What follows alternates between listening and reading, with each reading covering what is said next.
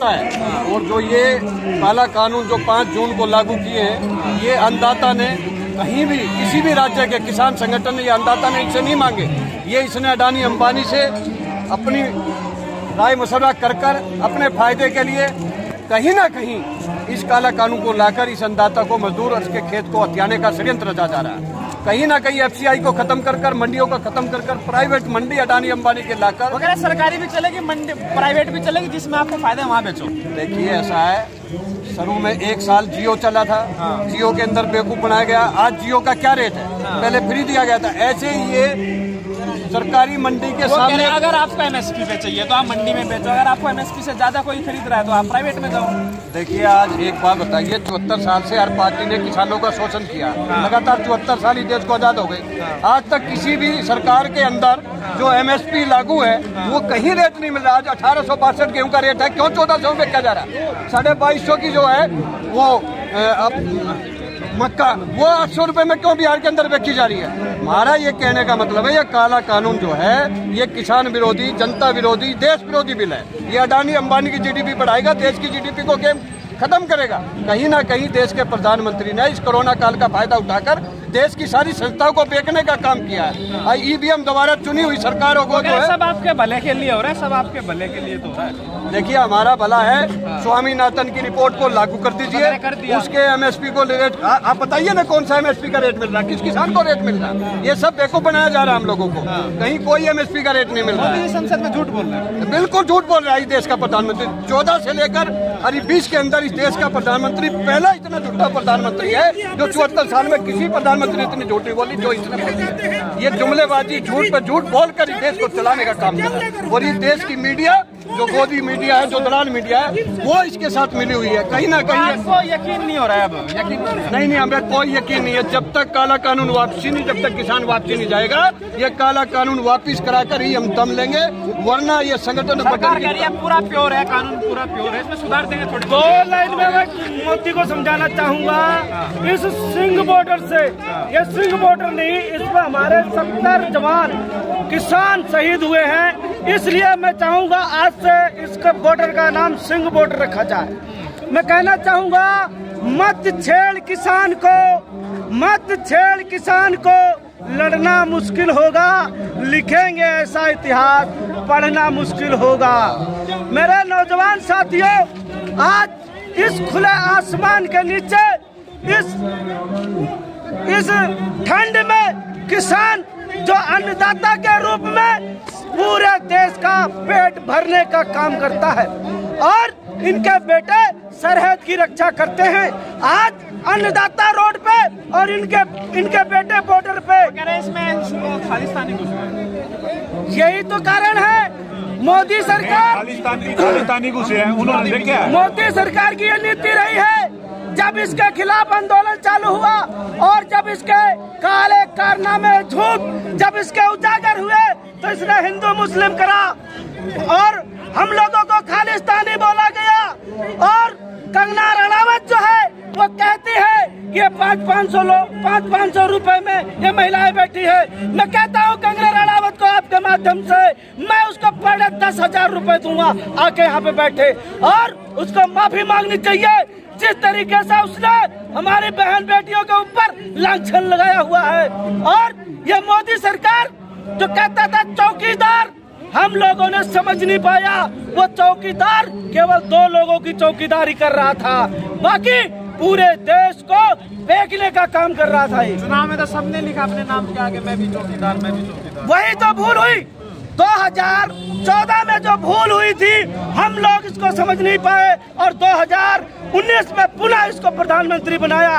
हम लोगों से भूल हुई, लेकिन आने वाले चुनाव में इसको उखाड़ फेंकेंगे और इस काले कानून को जब तक वापस नहीं करवा देंगे तब तक हम लोग घर वापस नहीं जाएंगे। खालिस्तानी कहा?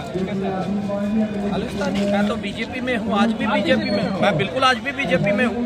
मैं अपने रामपुर में आजम खां के खिलाफ जयाप्रदा लड़ी थी चुनाव, जयाप्रदा का चीफ इलेक्शन एजेंट रहा हूँ, चीफ काउंटिंग एजेंट रहा हूँ, आपके माध्यम से बता रहा हूँ, मेरे पास रिकॉर्ड है। उससे पहले विधायक लड़ी, उनका मैं चीफ काउंटिंग और इलेक्शन एजेंट रहा हूँ। अभी भी बीजेपी में हूँ। मैंने तो छोड़ दिया अपनी तरफ से, लेकिन वो मुझे निकाल नहीं रहे। अच्छा, तो ये कानून है, यही नाराजगी था, यही नाराजगी है, क्योंकि इसमें कंज्यूमर का भी नुकसान है, उपभोक्ता का भी नुकसान है, किसान का भी नुकसान है। तो पार्टी अपने लोगों की भी नहीं सुन रही, बिल्कुल नहीं सुन रही। अहंकार हो गया है या कुछ लेके खा लिया है ऊपर दलालों से।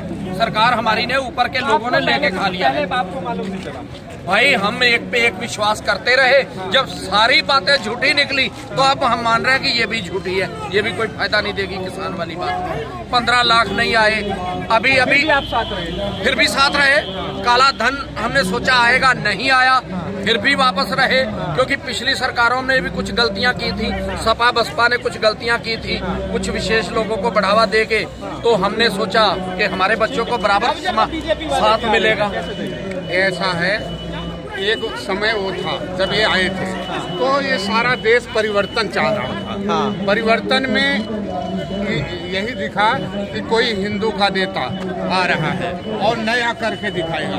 सब लोग इकट्ठा हो गए, एकजुट हो गए, लेकिन जो मिला आज ये, अगर मुसलमान कोई हक मांग रहे हैं उसे आतंकवादी, अगर सरदार भाई कुछ हक मांग रहे हैं किसानों का तो इनको खालिस्तानी, अगर यादव कोई अपनी रेजिमेंट मांगता है उसे बागी कौम करार देते हैं। तो यही है, इन्होंने काम किया नहीं, सिर्फ दिमाग डिवाइड करते हैं, इधर का उधर लगाते रहते हैं। और हम तो आज ये बताना चाहते हैं कि इन्होंने जो किया है, जो हमें कई साल लग जाता है ये बहुजन समाज हमारा किसान संगठित करने में, कभी हमारा कन्याकुमारी से कश्मीर तक, इन्होंने बड़ा अच्छा किया। आज हमारा पूरा किसान संगठित हो गया। अब कैसे पार पड़ेगी? अब देखिए, ऐसा है, जब तक काला कानून वापस नहीं लिया जाएगा जब तक किसान रोड पर डटा रहेगा। और आने वाली 26 जनवरी को किसान डे के रूप में, इस ट्रैक्टर परेड के रूप में पूरी दिल्ली के अंदर, ट्रैक्टरों के अंदर जो है किसान डे के शुभ अवसर पर पूरी दिल्ली में लोग जाएंगे। कहीं ना कहीं इस देश के प्रधानमंत्री को 26 जनवरी से पहले इस काला कानून को वापस लेना पड़ेगा। अगर वापस नहीं लेगा तो किसान अपने घर वापसी नहीं जाएगा और वो इस रोड पर डटा रहेगा। मैं इस आपके चैनल के माध्यम से देश के सरकार इंतजार कर रही है कि किसान, देखिए, सरकार इंतजार कर रही है कि किसान संगठनों में कमजोरी हो जाए।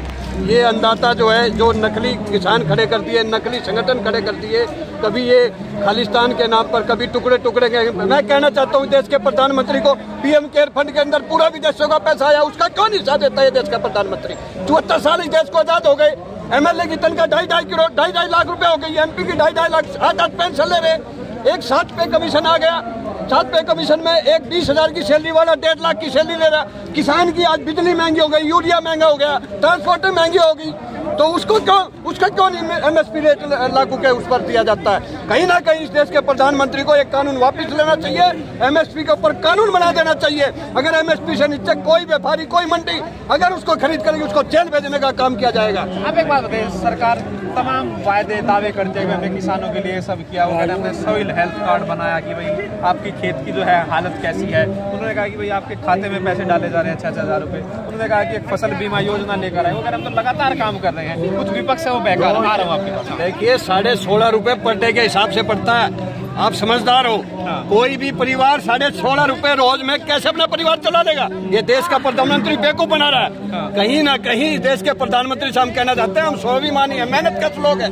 आज 53 दिन से सिंघू बॉर्डर पर बैठे हुए हैं, इसको सिंह बॉर्डर बना दिया। मैं तो गुरु गोविंद सिंह के वंशों को कहना चाहता हूँ, आज आपने पूरे देश के मरे हुए लोगों को, जो बिल्कुल पीड़ित थे, शोषित थे, उनको भी जगा दिया। आपको बहुत बहुत धन्यवाद देते हैं। आज ये आंदोलन पूरे इंटरनेशनल लेवल पर हो रहा है, जो कनाडा हो, ऑस्ट्रेलिया हो, अमेरिका हो, ब्रिटेन हो।